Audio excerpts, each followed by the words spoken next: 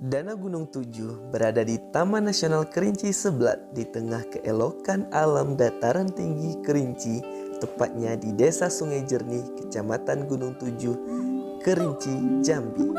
Selain memiliki panorama alam yang menakjubkan, jalur yang dilalui juga jauh lebih mudah daripada Gunung Kerinci yang masih termasuk gunung aktif. Danau seluas 960 hektar dengan panjang 4,5 km dan lebar 3 km itu dikelilingi oleh 7 gunung.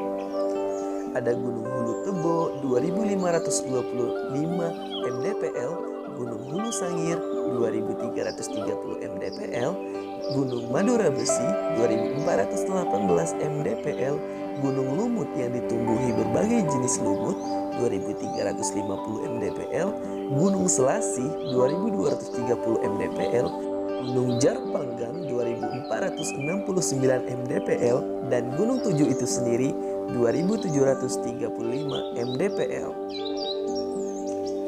Pada beberapa gunung terdapat sumber air yang menyebabkan air di danau tidak pernah habis.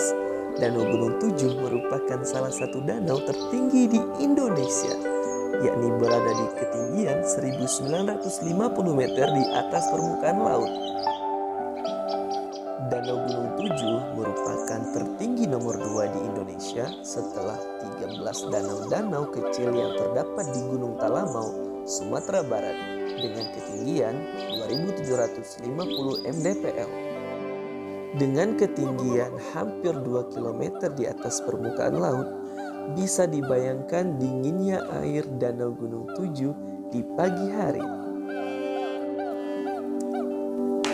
Meskipun demikian, berendam di Danau Gunung Tujuh dengan air yang sangat dingin menjadi sensasi yang tak akan pernah ditemukan di tempat lain.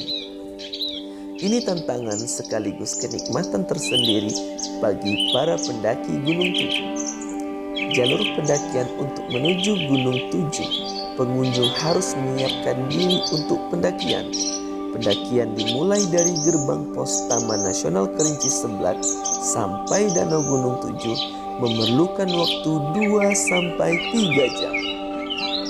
Dari gerbang pos Taman Nasional Kerinci Seblat ada 2 pilihan jalur pendakian.